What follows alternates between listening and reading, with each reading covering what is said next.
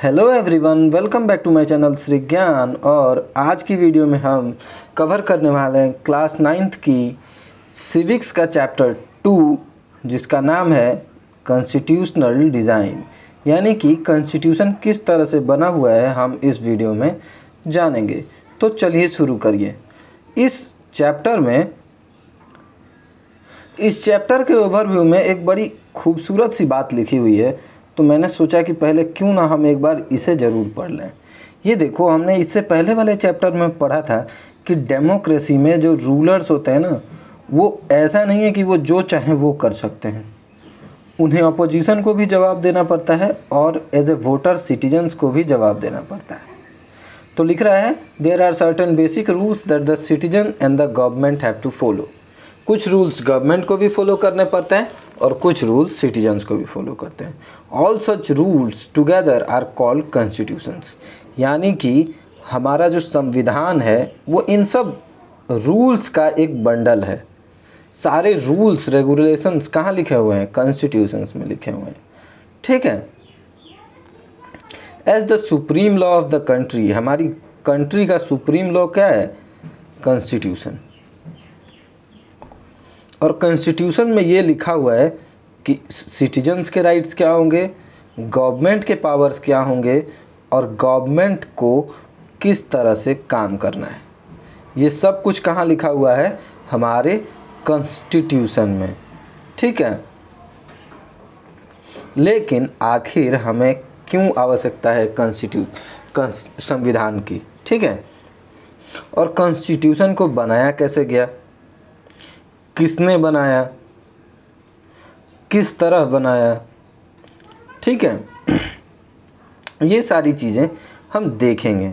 और फिर आखिर कॉन्स्टिट्यूशंस में इतने सारे अमेंडमेंट्स किए गए, मतलब इतने सारे चेंजेस किए गए, वो उनका रीज़न क्या था, ये भी हम सब देखेंगे धीरे धीरे। तो चलिए शुरू करते हैं। तो आई होप कि आप सब इनको तो जानते ही होंगे। इनकी तस्वीर एक बार देख लो। ये है नेल्सन मंडेला, ये है इनकी तस्वीर। और इन्होंने देखो लिखा है, I have fought against the white domination. Domination का मतलब होता है किसी एक का दूसरे के ऊपर ज़बरदस्ती हुकूमत। ठीक है। तो जो श्वेत लोग थे, जो सफ़ेद चमड़ी के लोग थे, उनकी हुकूमत के खिलाफ मैंने फ़ाइट किया है। I have fought against black dominations, यानी कि मैंने काले रंग के लोगों का जो प्रभुत्व है उसके खिलाफ भी फाइट किया है। I have cherished the idea of, मेरा ये ख्वाहिश था कि एक ऐसी आइडिया, ठीक है, the idea of democratic and free society. कैसी सोसाइटी होनी चाहिए? डेमोक्रेटिक होनी चाहिए और फ्री होनी चाहिए, जो हर इंसान को बराबर खुश और समृद्ध और सही मायने में इक्वल अपॉर्चुनिटीज़ दे, यानी कि बराबर का हक दे। It is an ideal which I hope to live for and to achieve. सही मायने में मैं यही पाना चाहता था। क्या पाना चाहता था? जहां हर किसी को बराबर का हक मिले। ठीक है। तो ये थी नेल्सन मंडेला की ख्वाहिश। ठीक है, ऐसा भी हम समझ सकते हैं। अब आगे देखो। This was Nelson Mandela being tried for treason by the white South African government. He and 7 other leaders were sentenced to life imprisonment in 1964 for daring to oppose the apartheid regime in his country. ठीक है। तो इनको क्या किया गया था कि उम्र कैद की सज़ा 1964 में वाइट अफ्रीकन गवर्नमेंट, याद रखिएगा, वाइट साउथ अफ्रीकन गवर्नमेंट ने दे दी थी। इनके साथ साथ 7 और भी लीडर थे जिनको ये सज़ा दी गई। ठीक है। और एक सबसे अफ्रीका के सबसे खतरनाक जेल में इनको भेज दिया गया, जो कहाँ था? रॉबन आइलैंड पे था। ठीक है। तो ये देखो, आगे देखें। Struggle against apartheid. अब अपार्थेड क्या है ये देख लेते हैं। Apartheid was the name of A system of racial discrimination. अच्छा, रेशियल डिस्क्रिमिनेशन का मतलब क्या होता है? रंग भेद। मतलब अगर मान लो कि वाइट लोगों की पॉपुलेशन ज़्यादा है तो वो कहेंगे कि नहीं गोरे बुरे हैं, गोरे लोगों के मतलब काले लोग बुरे हैं, और वो काले लोगों के साथ डिस्क्रिमिनेशन करेंगे, भेदभाव करेंगे। और इसी तरह जहाँ काले लोगों का ज़्यादा प्रभुत्व है वो क्या करते हैं कि वाइट लोगों के साथ ऐसा भेदभाव करते हैं। ऐसा नॉर्मली मैंने सुना तो नहीं है कि वाइट लोगों के खिलाफ हुआ हो, बट ब्लैक लोगों के साथ ऐसा होता है। ठीक है, तो जिसे रेशियल डिस्क्रिमिनेशन कहते हैं, यानी कि भेदभाव किस चीज़ पे? कलर के नाम पे या फिर रिलीजन के नाम पे, किसी एक चीज़ की वजह से सबको एक जैसा ट्रीट करना। और ये सबसे आम बात थी कहाँ? Unique to South Africa. The white European impose this system on South Africa. और उन्होंने ये सिस्टम कहाँ डाल दिया? वाइट यूरोपियंस ने साउथ अफ्रीका पे। During the 17th and 18th century, the trading companies from Europe occupied it and with arms and forces. ठीक है, यूरोपियन कंट्रीज़ ने क्या किया देखो 17th सेंचुरी में, 17वीं और 18वीं शताब्दी में व्यापारी कंपनियां जो यूरोप से आई थी उन्होंने साउथ अफ्रीका को क्या किया? कब्जा कर लिया। किसके दम पर? आर्म्स एंड फोर्स, बंदूकों और ताकतों के दम पर। In the way they occupied India, जिस तरह उन्होंने क्या इंडिया को ऑक्युपाई किया था। ठीक है, but unlikely India a large number of whites had settle in South Africa. Unlikely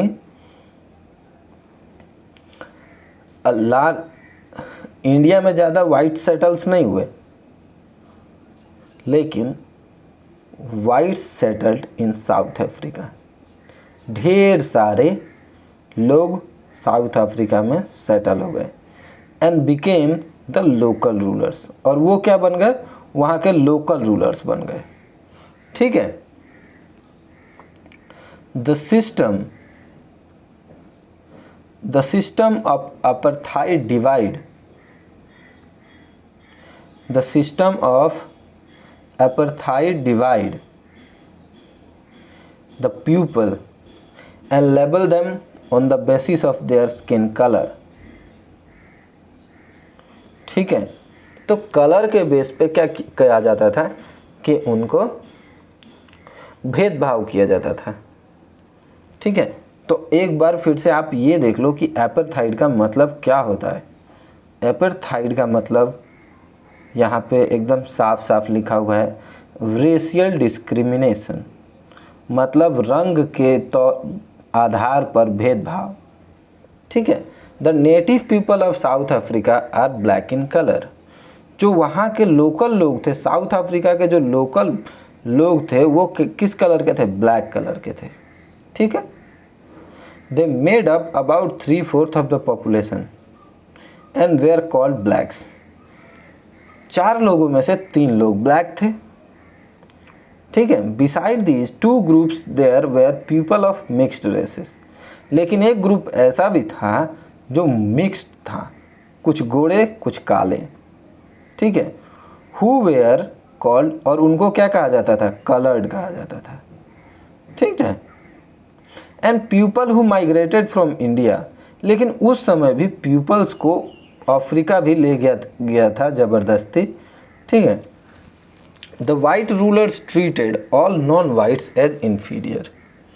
जो वाइट रूलर्स थे वहाँ उस समय, वो लोग सफ़ेद को छोड़कर बाकी हर एक कलर के लोगों को वो इन्फीरियर की तरह ट्रीट करते थे। The non whites did not have voting rights. जो लोग सफ़ेद नहीं थे, मतलब जो लोग यूरोपियंस नहीं थे, जो वाइट नहीं थे, उनको वोटिंग राइट्स नहीं मिलता था। तो आपको ये बात पता करके नोट डाउन रखनी चाहिए। The apartheid system was particularly oppressive for the blacks. Black लोगों के लिए ज़्यादा दिक्कत करता था, परेशान करने वाला था अपार्थाइड सिस्टम। ठीक है, तो कोई अपार्थाइड सिस्टम के बारे में बात करें तो आपको ये लिखना पड़ेगा, they were forbidden from living in white areas. इनको क्या था कि इनको जो है अलाउड नहीं था वाइट एरियाज में रहना, जहाँ सफ़ेद मतलब यूरोपियंस रहते थे उस इलाके में इन्हें रहना तक अलाउड नहीं था। They could work in white areas only if they had a permit. इनके पास तभी ये काम कर सकते थे जब इनके पास परमिट हो। Train, buses, taxis, hotel, hospital, schools and college, libraries, cinema halls, theatre, beaches, swimming pool, ये सारी जगहें, जितनी भी जगहें हैं, ठीक है, इन सब जगहों पर देखो आप, मतलब सब कुछ डिवाइड कर दिया गया था। हर जगह पर ये डिवाइड कर दिया गया था कि अगर आप एक ब्लैक हो तो train, buses, taxis, hotels, hospitals, schools and colleges, libraries, cinema halls, theatres, beaches, swimming pools, हर जगह दोनों के लिए सेपरेट था। एक मान लो वॉशरूम ही बना है तो वॉशरूम में भी ये ब्लैक का वॉशरूम, ये वाइट का वॉशरूम, और ये वाइट वाला वॉशरूम ज़्यादा बड़ा खूबसूरत और ब्लैक वाला छोटा सा गंदा सा, ऐसा डिस्क्रिमिनेशन किया जाता था, भेदभाव किया जाता था हर समय, ठीक है। तो अब आगे देखते हैं। ये देखो, separated for white and black, white और ब्लैक दोनों लोगों के लिए इन सब चीज़ों को अलग अलग किया गया था। और इसे क्या कहा जा रहा था, इसे हम कह रहे थे सेग्रीगेशन, ठीक है। They could not even visit the churches where the white worship, जहाँ वाइट लोग पूजा करते थे वहाँ पे ये चर्च में भी नहीं जा सकते थे।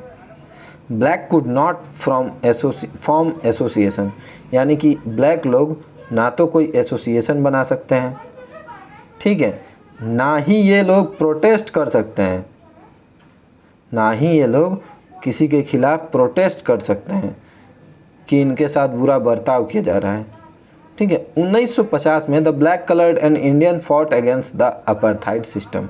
1950 में आपको एक बार एक इंसिडेंट याद होगा, आई थिंक, कि एक बार गांधी जी को ट्रेन से बाहर फेंक दिया गया था। याद है आपको? आई थिंक आपने ये स्टोरी सुनी भी होगी कि गांधी जी को भी ट्रेन से बाहर फेंक दिया गया था। कहाँ फेंका गया था पता है आपको? साउथ अफ्रीका में ही बाहर फेंका गया था। और इसका एक रीज़न ये भी था, इसका भी यही रीज़न था कि वो एक ऐसे डब्बे में बैठे थे जो वाइट्स के लिए था, यूरोपियन लोगों के लिए था। इनके पास टिकट थी बट फिर भी ये वाइट लोगों की कोच में बैठे थे, इसीलिए इन्हें ट्रेन से बाहर फेंक दिया गया था, ठीक है। तो since 1950 the black coloured and Indian fought against the apartheid system. 1950 तक इंडियंस और साउथ अफ्रीकन्स यानी कि ब्लैक्स ने मिलकर इसके खिलाफ फाइट किया कि हम ये मतलब ये जो डिस्क्रिमिनेशन है, रेशियल डिस्क्रिमिनेशन जिसे हम एपार्थाइड कहते हैं, ये बंद हो। They launched protest marches and strikes. इन्होंने क्या किया? प्रोटेस्ट मार्च, स्ट्राइक्स, ठीक है, रैलियाँ निकाली गई। The African National Congress was the umbrella organisation that led the struggle against the policies of segregation. और इस तरह की जितनी भी पॉलिसीज थी ना, इनका विरोध करने के लिए अफ्रीकन नेशनल कांग्रेस के नाम से एक कांग्रेस की गठन हुई, सेटअप किया गया। This include many workers unions, और इसमें क्या थे? वर्कर्स के यूनियन थे, ठीक है, एंड कम्युनिस्ट पार्टी के लोग थे। Many sensitive whites also join the ANC to oppose apartheid and played a leading role in the struggle. कुछ वाइट लोग भी थे, जो कुछ वाइट यूरोपियंस जिनको ऐसा लगता था कि नहीं ये लोग गलत कर रहे हैं, हमें ऐसा नहीं करना चाहिए, वो लोग भी अफ्रीकन नेशनल कांग्रेस का सपोर्ट कर रहे थे, ठीक है। Several countries denounced apartheid as unjust racist, but the white racist government continue to rule by detaining, torturing and killing thousands of black and colored people. ठीक है, भले ही बाकी दुनिया को जो भी लगे, लेकिन जो गवर्नमेंट थी वो क्या कर रही थी? वो टॉर्चर करती थी, प्रताड़ित करती थी, परेशान करती थी, मार देती थी, किलिंग कर देती थी। किसको? ब्लैक कलर को और कलर्ड पीपल को। हर तरह से डिटेन करती थी, मतलब बिना किसी रीज़न के जेल लेकर चले जाना, वहाँ पर उनको मारना, पीटना, जान से मार देना। ये गवर्नमेंट के लिए बहुत बड़ी बात नहीं थी। ठीक है, तो अब चलते हैं constitution. As protest and struggles against apartheid had increased, the government realized that they could no longer keep the blacks under their rule through repression. किसी को दबाकर, रिप्रेस्ड करके, किसी को ज़्यादा दिनों तक दबाकर नहीं रखा जा सकता। ये रियलाइज़ किया किसने? गवर्नमेंट ने। वहाँ की गवर्नमेंट ने ये रियलाइज़ किया कि हम ब्लैक लोगों को ज़्यादा दिनों तक अपने अंडर में दबा कर, धमका कर काम नहीं करवा पाएंगे। The white regime change it's policy, और उन्होंने अपनी पॉलिसी चेंज की। डिस्क्रिमिनेटली लॉज वेयर रिपील्ड, जो डिस्क्रिमिनेटली लॉ था वो चेंज कर दिया गया। Ban on political parties and restrictions on media were lifted, मतलब जितने भी पार्टीज़ और मतलब मीडिया पर रेस्ट्रिक्शंस थे वो सारे हटा लिए गए। After 28 years of imprisonment, Nelson Mandela walked out of the jail as a free man, और नेल्सन मंडेला को लगभग 28 सालों के बाद, लगभग 28 सालों के बाद जेल से रिहा किया गया, और ये कहा गया कि आपकी कोई गलती नहीं है। Finally at the mid night 26 अप्रैल 1994, 1994 को 26 अप्रैल के रात को क्या किया गया? National flag of the south of the republic of South Africa was unfurled, marking the new born democracy in the world. एक नेशनल फ्लैग को क्या किया गया? रिपब्लिक ऑफ साउथ अफ्रीका में फहराया गया, और इसके बाद ये घोषणा हुई कि अब एक नए डेमोक्रेटिक वर्ल्ड की जन्म हुई है। ठीक है, newly born democracy in the world, विश्व में एक नया गणतांत्रिक देश पैदा हुआ है। The apartheid government came to an end, जो ये भेदभाव वाली सरकार थी, ये क्या हो गई? गायब हो गई। जो ये भेदभाव वाली सरकार थी वो क्या हो गई? ख़त्म हो गई। Paving way for the formation of a multi racial government. How did this come about? Let us here Mandela, the first president of the new south Africa. जब नया साउथ अफ्रीका बना तो उसके पहले प्रेसिडेंट कौन थे? द फर्स्ट प्रेसिडेंट ऑफ कौन? This south Africa was Nelson Mandela. इस वजह से फिर नेल्सन मंडेला को आपको याद रखना पड़ेगा। ठीक है, historical enemies succeeded in negotiating a peaceful transition from apartheid to democracy exactly because we were prepared to accept the inherent capacity of goodness in the other. My wish is that South Africans never give up on belief in godness. मतलब south Africa के लोग भगवान पर भरोसा करना नहीं छोड़ेंगे। That they cherish that faith in human beings is the cornerstone of our democracy. इंसानों में इंसानियत की फीलिंग हमेशा रहेगी, ये सोच ही डेमोक्रेसी की सबसे अच्छी बात है, ऐसा नेल्सन मंडेला का कहना था। After the emergence of new democratic South Africa, black leaders appeal to fellow back to forgive. जो ब्लैक लीडर्स थे यहाँ देखो, जो ब्लैक लीडर्स थे उन्होंने क्या किया, माफ़ किया। किसको माफ़ किया? वाइट्स को, कि ठीक है आप लोग यहाँ रहो, कोई बात नहीं है, आप लोगों ने हमारे साथ जो भी किया। एट्रोसाइड्स का मतलब क्या है? बुरा बर्ताव। एकदम साफ साफ सिंपल रखो। एट्रोसाइड्स का मतलब क्या होता है? बुरा बर्ताव। They had committed while in power. आज ब्लैक लोगों के पास ये पावर थी, लेकिन फिर भी उन्होंने वाइट्स को क्या किया? माफ़ कर दिया। ठीक है। They said let us build a new south Africa. इन्होंने क्या कहा? चलो एक नया साउथ अफ्रीका बनाते हैं, जो किस चीज़ पर आधारित होगा? समानता पर, इक्वालिटी पर।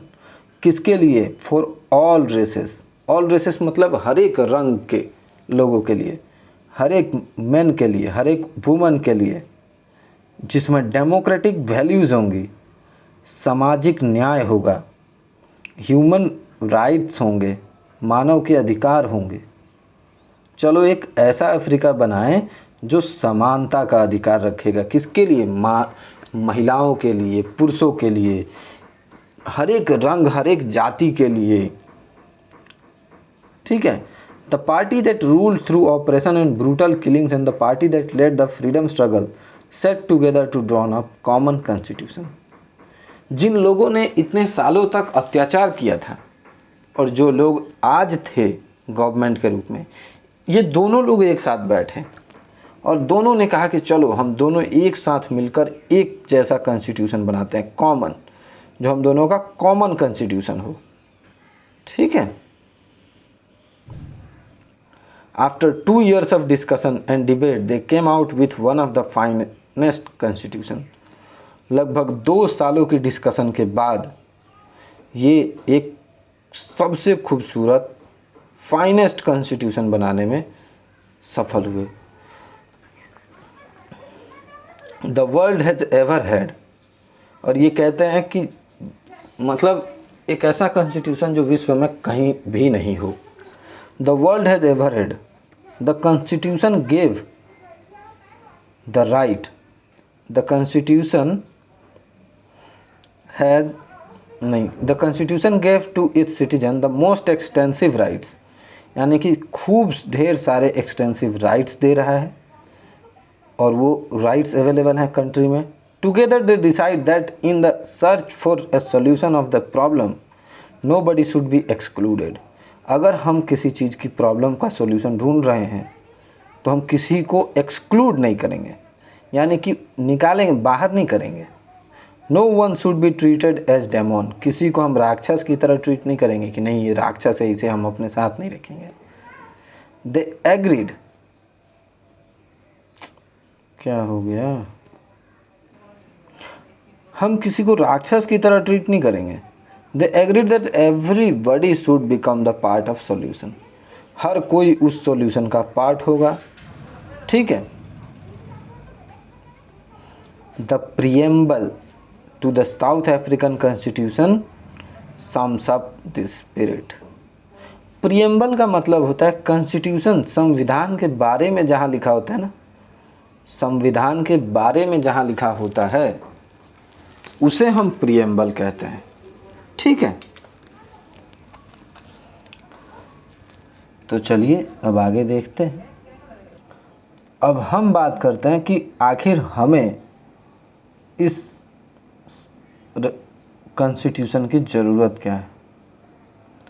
अभी हमने देखा ना कि मतलब कॉन्स्टिट्यूशन को कैसे, क्या साउथ अफ्रीका में कैसे बना कॉन्स्टिट्यूशन, तो अब हम अपने हिसाब से देखते हैं। ठीक है। यहाँ देखिए, the South African example is a good way to understand why we need a constitution. अब आपको ये तो समझ में आ गया कि कॉन्स्टिट्यूशन क्यों चाहिए। कॉन्स्टिट्यूशन इसलिए चाहिए ताकि गवर्नमेंट कैसा रूल करेगी ये कॉन्स्टिट्यूशन में लिखा। The oppressor and the oppressed in this new democracy we are planning to live together. जिनको हमने परेशान किया था और जिन्होंने परेशान किया था, ये दोनों लोग मिलकर एक साथ रहें, ऐसा कोशिश किया गया है नई डेमोक्रेसी में। It was not going to be easy for them to trust on each other. ऐसा तो है नहीं कि सबको एक साथ आसानी से एक दूसरे पर भरोसा हो जाएगा, लेकिन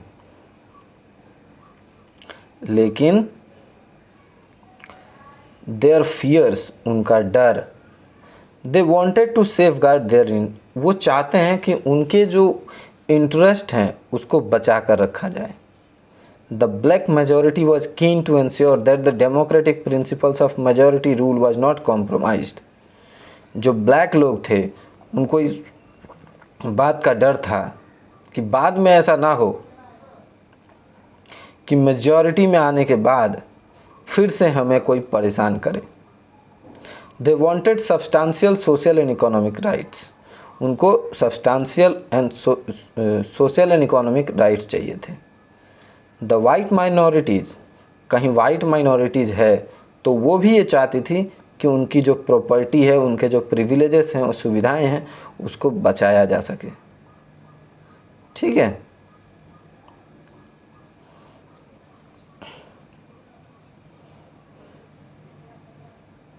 तो अब देखो, after long negotiation both party agree to a compromise. ढेर सारे वाद विवाद, झगड़े, ठीक है, तू मैं के बाद सोचा कि चलो थोड़ा सा एडजस्ट आप करो, थोड़ा सा हम करें, दोनों ने मिलकर कॉम्प्रोमाइज़ किया। The white agreed to the principle of majority rule. क्या अग्री किया? Principle of majority rule and that one person one vote. ये भी माना गया कि एक इंसान एक वोट। They also agreed to accept some basic rights for the poor. जो लोग ज़्यादा गरीब हैं उनके लिए कुछ अलग से अधिकार दिए गए हैं। एंड द वर्कर्स के लिए भी, ठीक है। The black agreed that majority rule would not be absolute. ऐसा नहीं होगा कि सिर्फ मेजॉरिटी के ही सारे हक होंगे। They agreed that the majority would not take away the property of white minority. अगर कहीं वाइट माइनॉरिटी में है तो भी ब्लैक उनकी प्रॉपर्टी छीन नहीं सकते। This compromise was not easy. ये जो कॉम्प्रोमाइज़ है ये ईजी तो नहीं था, but how was this compromise going to be implemented even if they manage to trust on each other? What was the guarantee that this trust will be not broken in future? इसका तो कोई guarantee है नहीं कि ये जो भरोसा है ये फ्यूचर में ना टूटे, ठीक है। The only way to build and maintain trust in such a situation is to write down some rules of the game that everyone would abide by. ठीक है, तो इन सारी प्रॉब्लम्स को सॉल्यूशन करने के लिए क्या किया क्या, एक जगह पे सारे रूल्स एंड रेगुलेशंस को वन बाय वन लिख दिया गया और कह दिया गया कि भाई हम रहें ना रहें, आप हमेशा से क्या किया जाएगा, ये डॉक्यूमेंट सेव रहेगा। These rules lay down how the rules are to be chosen in future. और इसी से पता चलेगा कि फ्यूचर में जब भी किसी को रूल्स चूज करने होंगे तो वो ये देखेगा कि रूल्स पहले कैसे चूज किए गए, ठीक है। These rules also determines what the elected government are empowered. ये नियम हमें बताएंगे कि गवर्नमेंट्स के पास क्या क्या पावर है, क्या क्या करने के लिए क्या क्या पावर है और क्या क्या नहीं करना है गवर्नमेंट को। Finally these rules decide the rights of citizens. और इन्होंने क्या डिसाइड किया finally? Rights of the decision, ठीक है। तो राइट्स भी डिसाइड किए। This rules will work only if winner cannot change them very easily. ये नियम तभी काम करेंगे ना अगर मान लो कि कोई विनर है तो अगर वो आसानी से इसे ना बदले तभी ये रूल काम करेंगे। This is what the South African did. और ये सब किया किसने? साउथ अफ्रीकन्स ने। They agreed on some basic rules, they also agreed that these rules will be supreme. वह सब लोगों ने माना कि इस कॉन्स्टिट्यूशन में जो रूल्स लिखे गए हैं वो सबसे ऊपर हैं, सुप्रीम है, उसे कोई चेंज नहीं करेगा। That no government will be able to ignore this. कोई भी सरकार आए इस मतलब रूल को कोई चेंज नहीं करेगा, कोई इग्नोर नहीं कर सकता। और यही है बेसिक्स रूल ऑफ कॉन्स्टिट्यूशन। तो अगर आपसे भी बेसिक रूल्स ऑफ कॉन्स्टिट्यूशन कोई पूछे तो अब आप आसानी से बता सकते हैं। कॉन्स्टिट्यूशन जो है ऐसा तो है नहीं कि हर जगह साउथ अफ्रीका के हिसाब से बनेगा। हर जगह के लोग, उनके बीच के रिलेशंस अलग अलग थे, तो सबको अलग अलग तरीके से कॉन्स्टिट्यूशन बनाना था। सबके कॉन्स्टिट्यूशन में एक जैसे रूल्स एंड रेगुलेशंस बने तो संभव ही नहीं है कि प्रॉपरली काम करे कॉन्स्टिट्यूशन, ठीक है। लेकिन हाँ, जितने भी देश डेमोक्रेटिक हैं उन सबको एक कॉन्स्टिट्यूशन की ज़रूरत ज़रूर पड़ेगी, क्योंकि कॉन्स्टिट्यूशन क्या है? रूल बुक है। क्या है? Rule book. और बिना रूल बुक के लोग अपनी मनमर्जी करने लगेंगे। आप अगर किसी रिप्रेजेंटेटिव्स को भेजते हो तो उसके लिमिटेशंस होने चाहिए ना। ऐसा तो नहीं है कि आपने उसे मंत्री बनाकर भेज दिया और वो अपनी मर्जी से लगा पड़ा है, जो मन वो कर रहा है, तो ऐसा तो नहीं होगा। इसीलिए कॉन्स्टिट्यूशन क्या करता है कि वो रूल्स को लिखता है। वो रूल्स को लिखकर उसे एक्सेप्ट करना पड़ता है हर इंसान द्वारा। जो रूल्स कॉन्स्टिट्यूशंस में लिखे गए हैं that are accepted by all people living together in a country. देश के हर इंसान को मानना पड़ता है, और ये भी मानना पड़ता है कि कॉन्स्टिट्यूशन से बड़ा कोई नियम नहीं है, ये सबसे सुप्रीम है, ठीक है। That determines that relationship among people living in a territory and also the relationship between the people and government. A constitution does many thing. एक शहर में एक जगह रहने वाले सिटीजन्स के लिए, लोगों के लिए, नागरिकों के लिए, उनके रिश्तों के लिए देखो कॉन्स्टिट्यूशन क्या क्या करता है।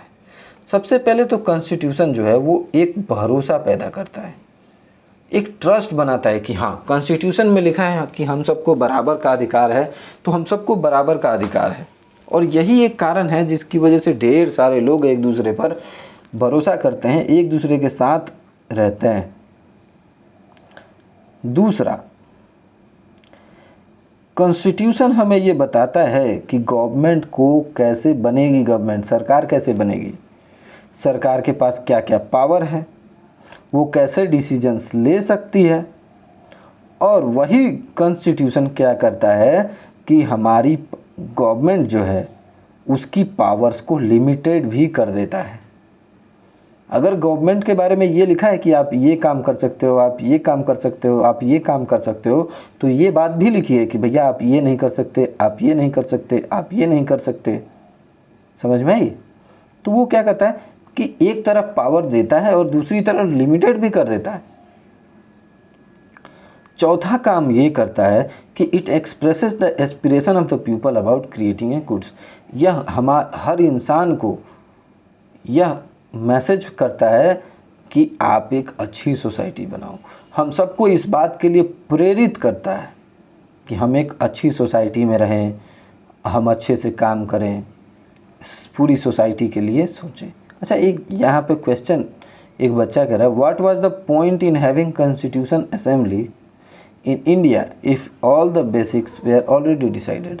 अब इनका कहना है कि कॉन्स्टिट्यूशन में सब कुछ तो लिख ही दिया है, सब कुछ लिख दिया है ना कि सरकार को ये करना है, ये नहीं करना है, तो फिर हमें कॉन्स्टिट्यूएंट असेंबली मतलब लोकसभा, राज्यसभा में जाने की क्या ज़रूरत है, इनको बनाने की क्या ज़रूरत है। इतनी सारी बहस, इतना सारा पैसा इन सबको मैनेज करने में खर्च होता है, तो आखिर इसकी ज़रूरत क्या है। इसकी ज़रूरत ये है कि समस्या रोज़ एक अलग रूप में आती है। रोज़ कोई ना कोई अलग समस्या आती है और उसे सुलझाने के लिए उसके बारे में डिसीजंस लेने के लिए अलग अलग तरीके से अलग अलग डिसीजंस लेने पड़ते हैं, है ना। तो जब भी कोई डिसीजन लेना होगा तो हमें आपस में राय सलाह तो करनी पड़ेगी ना, इसीलिए कॉन्स्टिट्यूएंट असेंबली की ज़रूरत पड़ती है। ऐसा ही हुआ देखो ब्रिटिश के साथ जब अमेरिका इंडिपेंडेंस वॉर लड़ रहा था, आज़ादी का युद्ध लड़ रहा था, तो अमेरिकन्स ने युद्ध के बाद क्या दिया, कॉन्स्टिट्यूशन। ब्रिटेन को क्या गिफ्ट किया, constitution. After the revolution the French people approved a democratic. French revolution के बाद फ्रेंच के लोगों ने भी क्या अप्रूव किया, एक डेमोक्रेटिक कॉन्स्टिट्यूशन, ठीक है, जो कि रिटन में हो, ठीक है। तो अब हम ये देखते हैं कि साउथ अफ्रीका की तरह भारत को भी ढेर सारी प्रॉब्लम्स फेस करनी पड़ी। तो भारत का संविधान कैसे बना, इसके बारे में भी हम अब थोड़ा डिटेल में देख लेते हैं, ठीक है। ये देखो, like south Africa, India's constitution was also drawn up under very difficult circumstances. Africa के अपने अलग कंडीशंस थी, इंडिया के अपने अलग कंडीशंस थे, ठीक है। भारत में ढेर सारी विविधता है, डाइवर्स है, कहीं माउंटेन्स है, कहीं रिवर्स है, कहीं प्लेन्स है ना, कहीं लोग माउंटेन्स पे रह रहे हैं। फिर अब ये देखो, जियोग्राफिकल डाइवर्सिटी तो थी ही, रिलीजियस डाइवर्सिटी भी है ना, कहीं हिंदू हैं, कहीं मुस्लिम हैं, कहीं क्रिश्चियन है, कहीं सिख हैं, कहीं बौद्ध हैं, इतने सारी डाइवर्सिटी। और इन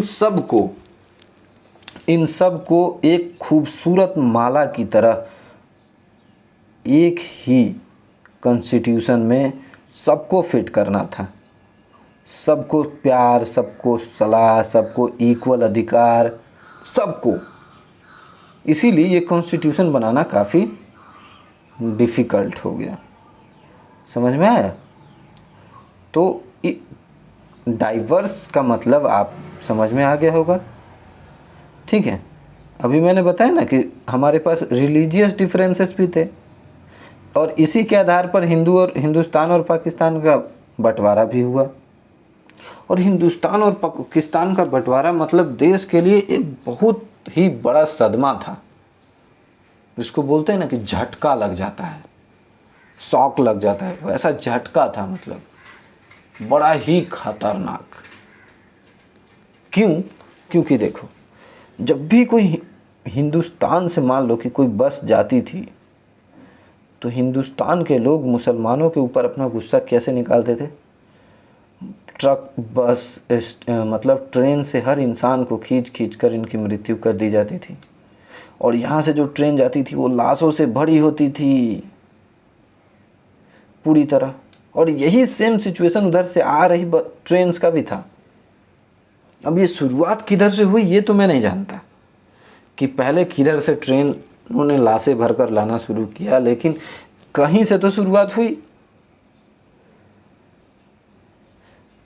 इधर से हिंदू लोग मुसलमानों को मार मार कर पाकिस्तान भेज रहे थे ट्रेन्स में, उधर से हिंदुओं को मार मार कर भेजा जा रहा था। ये दोनों ही तरफ के लोगों के लिए काफ़ी दर्दनाक था। इसका तो मतलब सोच कर ही रूह कांप जाए, इतनी खतरनाक थी। लगभग 10 लाख लोग, 1-2 नहीं 10 लाख लोग मारे गए।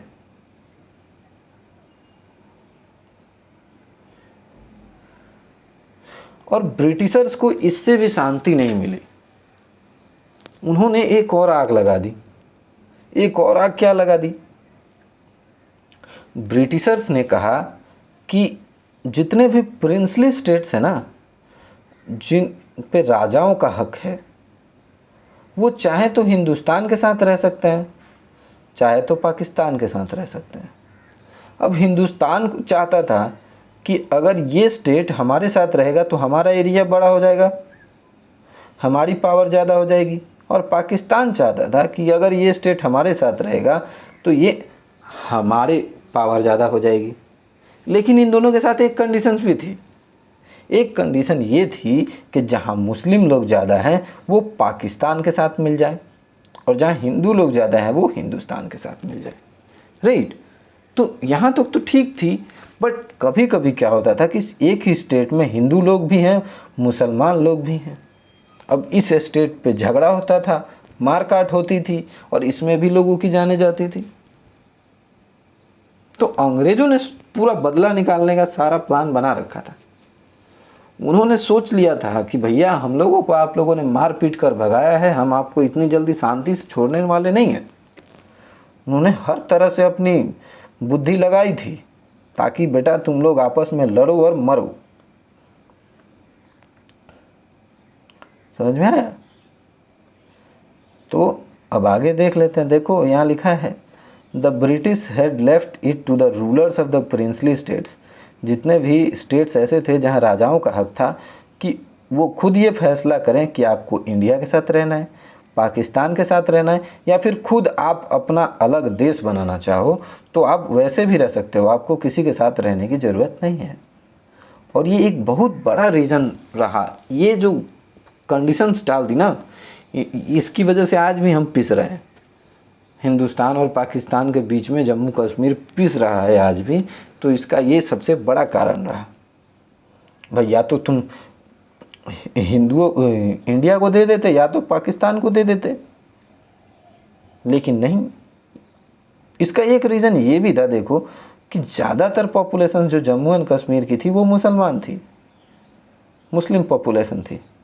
बट यहाँ के राजा हिंदू थे, और ये नहीं चाहते थे कि मैं इंडिया के साथ रहूं, और ना ही ये चाहते थे कि मैं मुसलमानों के साथ रहूं। ये अपना ही अलग सेपरेट रहना चाहते थे, और ये बहुत समय तक सेपरेट भी रहे। लेकिन इसके बारे में पूरी स्टोरी हम कभी फिर बाद में डिस्कस करेंगे।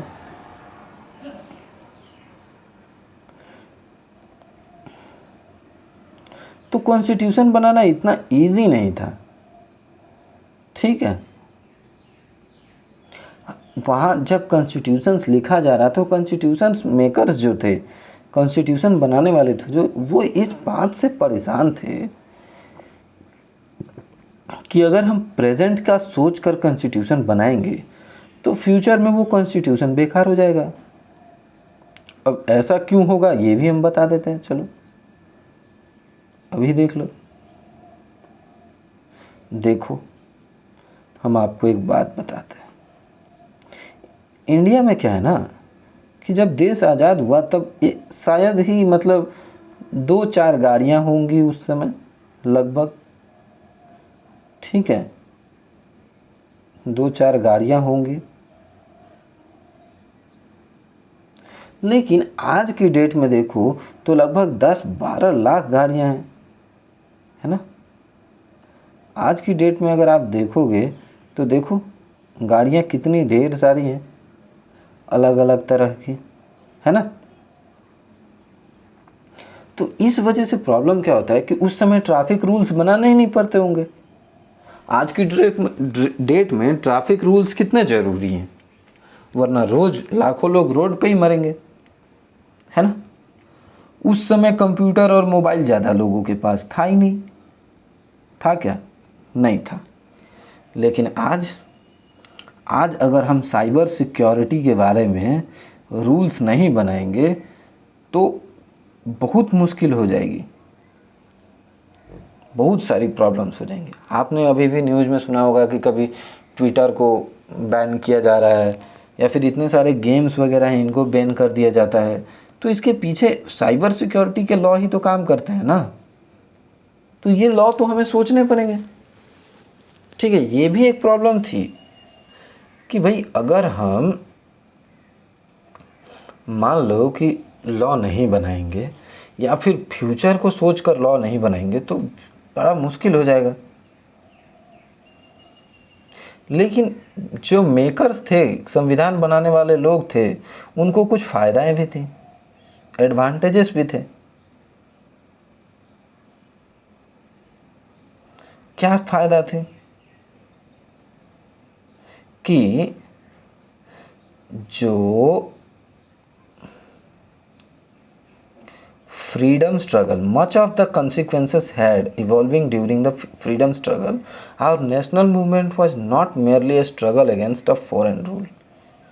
It was also a struggle to rejuvenate our country and transform our society and politics.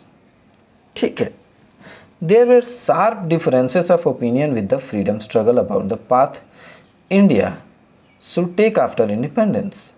Such differences exist even today, yet some basic idea to have come to be accepted by almost everyone. तो देखो 1928, as far back as 1928, Motilal Nehru and 8 Congress leaders drafted a constitution for India. तो याद रखिएगा, अगर कोई आपसे पहली बार ये पूछे कि सबसे पहले कॉन्स्टिट्यूशन कैसा होगा, ये सोचा किसने था, तो मैं तो यही जानता हूँ कि मोतीलाल नेहरू एक ऐसे इंसान थे जिन्होंने सबसे पहली बार ये सोचा था कि हमारे देश का संविधान ऐसा होना चाहिए। ठीक है, मोतीलाल नेहरू जी का साथ इस समय 8 नए अदर कांग्रेस लीडर्स ने भी दिया था। ठीक है, 1931 में the resolution at Karachi session of the Indian National Congress dwelt on how independent Indian constitution should look like. कैसा इंडियन कॉन्स्टिट्यूशन दिखेगा, वो कैसा बनेगा, ये कब फैसला हुआ?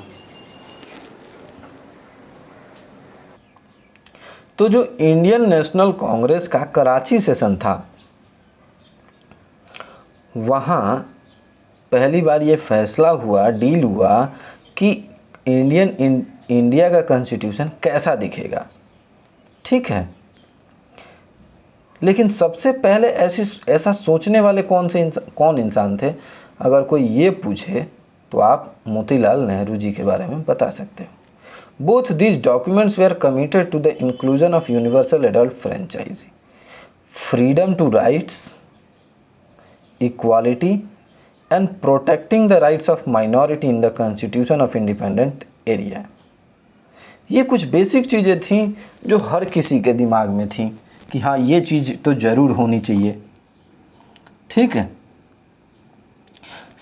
some basic values were accepted by all leaders much before the Constituent Assembly met to deliberate on the Constitution। मतलब संविधान बने या कॉन्स्टिट्यूशन असेंबली बैठे, इससे पहले भी हमारे दिमाग में ये बात थी कि हाँ, ये सारे जो रूल्स एंड रेगुलेशंस हैं ये तो सबके लिए होने चाहिए, कि मतलब आज़ादी का अधिकार हो, इक्वालिटी का, समानता का अधिकार हो, जो हमारी माइनॉरिटी है उनके क्या अधिकार होने चाहिए, उनको अलग से स्पेशल अधिकार देना है। तो ये सारे फीलिंग्स, ये सारे थिंकिंग्स ऑलरेडी दिमागों में थी। ठीक है, the familiarity with political institutions of colonial rule also help develop an agreement over the institutional design. हमारे पास ब्रिटिशर्स भी थे जिनके पास अपना ऑलरेडी कॉन्स्टिट्यूशन था, तो उनसे भी थोड़ा बहुत हेल्प मिल गया। ठीक है, the British rule had given voting rights only a few. देखो, ब्रिटिश रूल्स में ना कुछ लोगों को ही अधिकार है वोट देने का। On that basis the British had introduced very weak legislature. लेकिन इस आधार पर अंग्रेज़ों ने जो लेजिस्लेटर बनाया, जो मतलब कानून बनाने का प्रक्रिया बनाया, वो बहुत कमज़ोर था। इलेक्शंस हुए 1937 में। ठीक है, ministers all over the India और provincial legislature, these were not fully democratic governments. लेकिन ये क्या था, पूरी तरह फुल्ली गवर्नमेंट डेमोक्रेटिक नहीं थी। ठीक है, but the experience gain by Indians in the working of the legislative institution prove to be very useful for the country in setting up its own institution. मतलब इसका एक एक्सपीरियंस हो गया Indians को कि भैया, अगर हम लेजिस्लेचर बनाते हैं तो ये कैसे काम करेगा और कैसा नियम बनाया जाए जो इससे फ़ायदा होगा, ये सारी चीज़ें हम धीरे धीरे समझ गए। उनकी एक्टिविटी से हमने धीरे धीरे नोट डाउन करना सीख लिया, समझ लिया। ठीक है, तो गाइज आज के लिए बस इतना ही। मिलते हैं अगले वीडियो में। तब तक के लिए कीप स्टडिंग, कीप ग्रोइंग, पढ़ते रहिए, बढ़ते रहिए। अगर मेरी वीडियो अच्छी लगी हो तो आप इसको सब्सक्राइब करो और प्लीज़ अपने फ्रेंड्स के साथ शेयर करो। आप लोग कमेंट भी नहीं करते हो तो आप लोग ज़रूर अपना कमेंट करो कि सर हमें ये प्रॉब्लम है, या फिर सर हमें ये क्वेश्चन का आंसर नहीं पता चला, या फिर जो भी आपके मन में क्वेरी है वो आप मुझसे पूछ सकते हो। ऐसा श्री ज्ञान नाम का हमारा टेलीग्राम चैनल है, आप वहाँ भी आप हमसे बात कर सकते हो। तो प्लीज़ वीडियो को अंत तक देखने के लिए आपका धन्यवाद। मिलते हैं अगले वीडियो में, तब तक के लिए कीप स्टडिंग, कीप ग्रोइंग।